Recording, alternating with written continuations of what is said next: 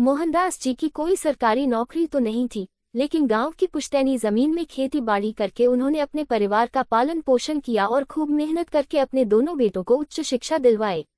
आज उन्हीं की बदौलत दोनों बेटे ऊंचे सरकारी पदों पर कार्यरत थे। बड़े बेटे का नाम महेश था और छोटे का नाम सुरेश। सरकारी नौकरी लगने के कारण उनकी शादियां भी जल्दी ही अच्छे घरों में हो गईं। समय बीतने के साथ दोनों के बच्चे भी हो गए। अब दोनों बेटे अपने बच्चों के भविष्य के लिए शहर जाकर बसने का निर्णय लेते हैं और पिता मोहनदास जी से इस बारे में बात करते हैं। मोहनदास जी दोनों बेटों के निर्णय से सहमत हो जाते हैं, लेकिन खुद शहर जाकर रहने से यह कहकर मना कर देते हैं कि हमें कहाँ शहर का वातावरण रास आएगा, हम तो गांव में ही ठीक हैं। दोनों बेटे पिताजी के फैसले पर सहमत हो जाते हैं और उन्हें हर महीने का खर्च भेजने का वादा करके स्वयं अपने परिवार के साथ शहर में बस जाते हैं। जब तक मोहनदास जी जीवित रहे, उनकी पत्नी सुशीला जी भी गांव में ही रहीं। लेकिन पति की मृत्यु के बाद उन्हें अकेलापन खलने लगा और बुढ़ापे के कारण वे बीमार भी रहने लगी। तब पड़ोसियों ने कहा, अम्मा जी, अब बुढ़ापा आ गया है, अपने बेटे बहू के पास जाकर क्यों नहीं रहती? अब बेटे बहू बुढ़ापे में काम नहीं आएंगे तो कब आएंगे?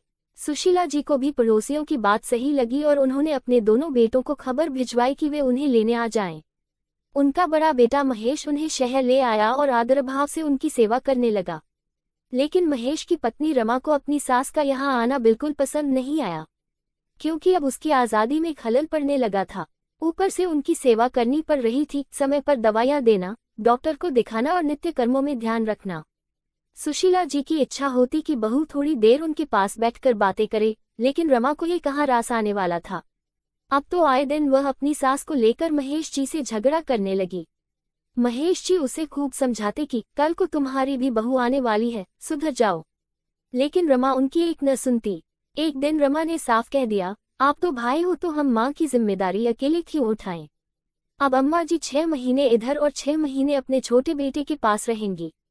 महेश जी भी बेचारे क्या करते। दोनों भाइयों की आपसी सहमति से ऐसा ही हुआ।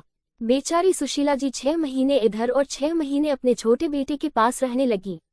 लेकिन जब भी वे 6 महीने अपनी बड़ी बहू के पास रहने आती, तो फिर वही झगड़े शुरू हो जाते। बुढ़िया तो गंदगी कर देती है, इसे ठीक से खाना नहीं बनाना आता, दिन भर परेशान करती रहती है। महेश जी भी अपनी पत्नी के इस व्यवहार से बहुत दुखी रहते, लेकिन पत्नी के आगे उनकी एक न चलती थी। महेश जी का इकलौता बेटा आदित्य भी अपनी माँ के व्यवहार से बहुत दुखी था। वह अपनी दादी का खूब ध्यान रखता। ऑफिस से आते ही सबसे पहले दादी के पास जाता और उनकी हर छोटी बड़ी जरूरत पूरी करता। आदित्य का स्वभाव बहुत अच्छा था। अभी 2 महीने पहले ही आदित्य की सगाई उसके ही ऑफिस में काम करने वाली रागिनी से तय हुई थी और 1 महीने बाद उनकी शादी होने वाली थी। लेकिन आदित्य को शादी की ओर कोई ध्यान नहीं था, क्योंकि वह रोज अपनी माँ और दादी के झगड़ों से परेशान रहता था। शादी की तारीख नजदीक आते ही रमा ने अपनी सास को ये कहकर किसी वृद्धाश्रम भेज दिया, बाद में बुला लेंगे, अभी शादी के माहौल में उनकी देखभाल कौन करेगा। रमा के आगे किसी की एक न चली और सुशीला जी को वृद्धाश्रम भेज दिया गया।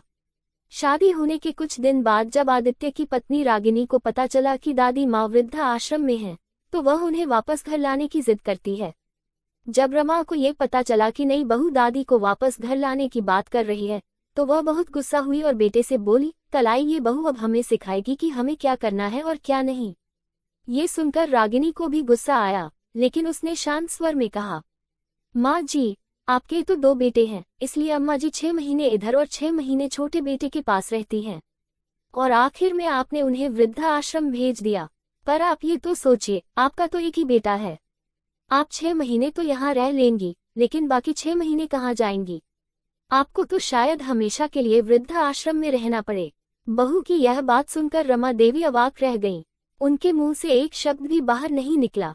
पास खड़े महेश जी मंद मंद मुस्कुरा रहे थे कि जो बात वे इतने दिनों से अपनी पत्नी को समझाने की कोशिश कर रहे थे, वही बात उनकी नई बहू ने आते ही समझा दी। दूसरे दिन ही आदित्य दादी को वृद्धाश्रम से लेकर आया। दादी जैसे ही गाड़ी से उतरी, रमा दादी के पास जाकर रोने लगी और अपने किए पर माफी मांगने लगी।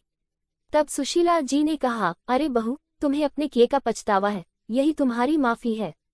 इतना कहकर उन्होंने अपनी बड़ी बहू रमा को गले लगा लिया और अपने पोते की बहू रागिनी के सिर पर हाथ रखकर कहा, तू सच में बड़े घराने की रश्मि है। तेरे माँ बाप ने तुझे इतने अच्छे संस्कार दिए हैं कि तूने अपनी समझदारी से मेरी बहू का मन भी बदल दिया। ये कहकर सुशीला जी ने रागिनी को गले लगा लिया।